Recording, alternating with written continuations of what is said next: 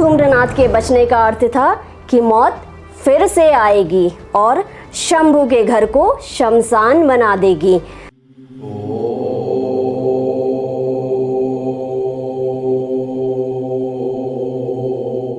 आदेश जय श्री महाकाल।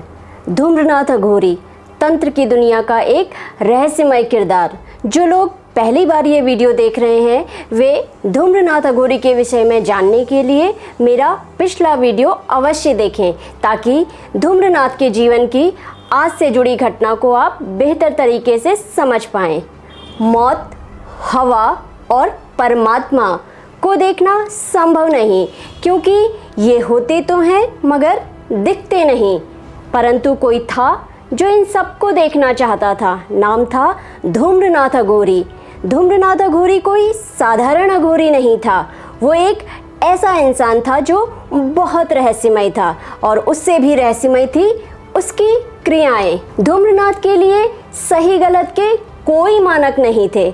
उसने बचपन से ही मौत को चकमा देना सीख लिया था, और मौत से खेलने वाली इसी आंख मिचौली ने धूम्रनाथ दीक्षित को धूम्रनाथ अघोरी बना दिया था।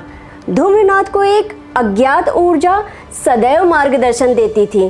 कहा जाता है कि मौत एक ना एक दिन तो आती ही है, मगर इसका अर्थ यह नहीं है कि इंसान मौत को स्वीकार कर ले, उसके आगे स्वयं से घुटने टेक दे।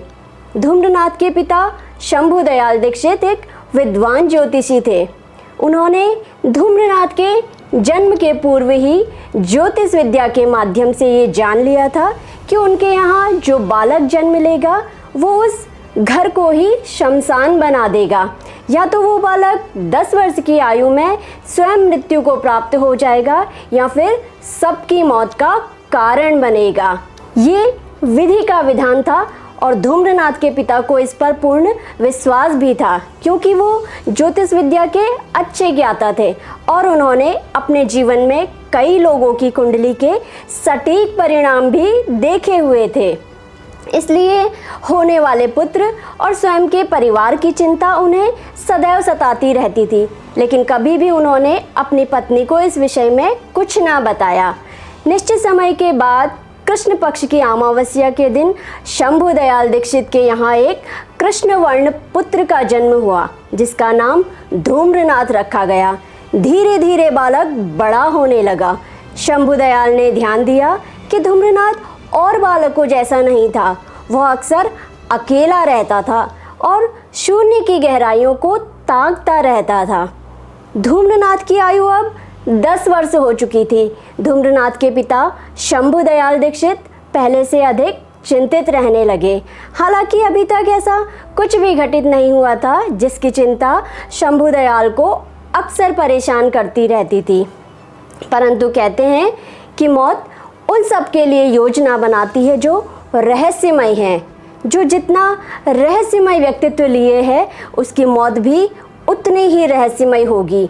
ऐसे मौत के अपने मानक हैं। विधि के विधान को अब तक कोई नहीं बदल सका था, तो भला आज कैसे बदल जाता।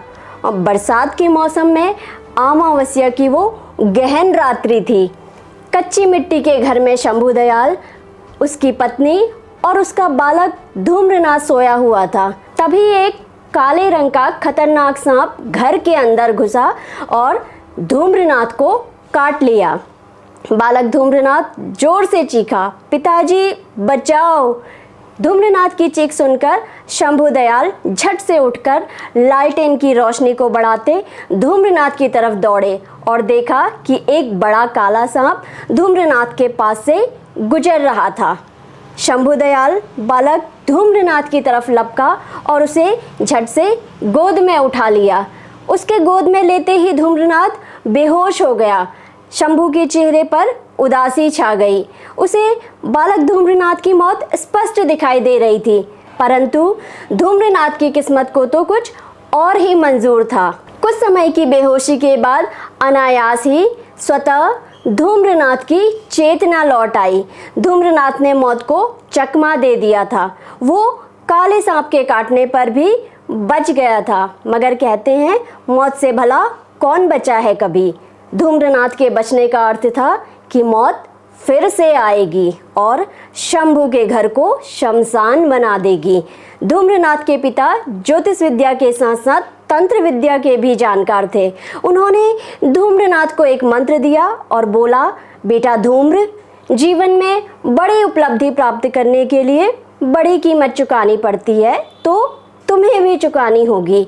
ये मंत्र तुम्हें वो रास्ता देगा जिसके लिए तुम्हारा जन्म हुआ है। ऐसा कहकर शंभू दयाल तैयारी करके अपनी ज्योतिष तंत्र साधना प्रक्रिया में बैठ गए। बालक धूम्रनाथ कुछ ना समझा, मगर ये जरूर जान गया था कि आगे फिर बहुत कुछ बुरा होगा, किंतु वह किसी से कुछ ना बोला। समय बीतता चला गया। 6 माह बाद फिर वैसी ही अमावस की रात्रि आई, जैसी मौत की दस्तक लेकर पिछली बार आ चुकी थी। लेकिन इस बार कुछ और ही होने वाला था। बाहर हवाएं अपने वेग में चल रही थी। अचानक से तेज आंधी आई और घर के अंदर जल रहा लालटेन नीचे गिर गया और घर में आग लग गई। पूरा घर धूं धूं कर जलने लगा। धूम्रनाथ ने देखा, अचानक घर की छत से एक अधजली लकड़ी गिरी जो सीधा उसके पिता शंभू दयाल के सीने में धंस गई। शंभू की एक हृदय विदारक चीख निकल गई। धूम्रनाथ की आंखों के सामने ही ये सब दृश्य घटित हो रहा था। असहनीय दुख में डूबा बालक धूम्रनाथ जोर से चीखा, पिताजी! लेकिन धूम्रनाथ को पिता की कोई आवाज ना सुनाई दी। उसकी किस्मत में इतना ही दर्द नहीं लिखा था, अभी तो उसे और भी दर्द मिलना शेष था। खुद को आग की लपटों में बचाने की कोशिश करता धूम्रनाथ पिता की तरफ बढ़ ही रहा था कि अचानक एक चीख ने उसका ध्यान खींच लिया। धूम्रनाथ ने पलट कर देखा। अग्नि की लपटों में घिरी उसकी माँ धूं धूं कर जल रही थी, फिर भी बेताब चीख रही थी, बेटा भाग यहाँ से, क्योंकि माँ तो माँ होती है। अपने दर्द को भूलकर भी वो धूम्रनाथ को बचाना चाहती थी। यह देख बालक धूम्रनाथ की आंखों में निरंतर आंसू छलक रहे थे। ये वो अमावस की रात थी जो उससे उसका सब छीन लेना चाहती थी। किंग कर्तव्य विमूढ़ सा खड़ा वह सोच रहा था कि पहले माँ को बचाए या फिर पिता को। अचानक धूम्रनाथ के चेहरे पर कठोरता आ गई और उसी कठोरता के साथ वो पिता की तरफ बढ़ा, क्योंकि अब तक उसकी माँ पूरी तरह से जल चुकी थी और उसकी चीखें शांत हो चुकी थी। आग की लपटें धूम्रनाथ को भी काफ़ी हद तक घायल कर चुकी थी। फिर भी अपनी मौत की परवाह ना करते हुए वह अपने पिता की तरफ बढ़ा और वही मंत्र बुदबुदाकर अपने मरते हुए पिता के ऊपर फूंक मारी और बोला, शंभू महादेव। मरते हुए शंभू के चेहरे पर असहनीय दर्द के साथ रहस्यमय मुस्कान घिर आई। अब तक बाहर का तूफान हल्का हो चुका था। धूम्रनाथ ने बिना समय गवाए अपने कदम माँ की मृतदेह की तरफ बढ़ाए और एक विचित्र मुद्रा बनाकर एक मंत्र बुदबुदाया और प्रणाम कर आगे बढ़ गया। अब तक दोनों दम तोड़ चुके थे और धूम्रनाथ दीक्षित का भी अंत हो गया था, क्योंकि अब वो धूम्रनाथ दीक्षित नहीं रहा। अब वो बन चुका था जिसके लिए वो पैदा हुआ था और उसने इतनी बड़ी कीमत चुकाई थी। अब ना तो उसके चेहरे पर शिकन की रेखाएं थी और ना ही हृदय में दुख का तूफान। अचानक फिर से तेज आंधी तूफान चलने लगा। धूम्रनाथ बाहर की तरफ बढ़ा। अपने घर से बाहर आकर धूम्रनाथ ने चीखते हुए आसमान की तरफ देखा और बोला, तू सबको अपने साथ लेकर जाता है, तू सबको सिर्फ दर्द ही दर्द देता है, तू किसी को दिखाई नहीं देता, तू सबको ढूंढ लेता है मगर कोई तुझे नहीं ढूंढ पाता, लेकिन मैं तुझे ज़रूर ढूंढूंगा और तुझसे बदला लूँगा। उस आक्रोश भरी और गरजती धूम्रनाथ की चेतावनी ने ऐसा खौफनाक मंजर बनाया कि सहसा आंधी तूफान भी थम गया। किंतु ये कोई नहीं जानता था कि धूम्रनाथ ने आखिर किसको चुनौती दी थी। वो कौन था जिसकी तलाश में धूम्रनाथ एक असंभव यात्रा पर निकलने वाला था। रोता बिलखता गिरता उठता धूम्रनाथ अपने जलते घर को छोड़कर उस तरफ बढ़ रहा था जिस तरफ गांव का बड़ा शमशान था।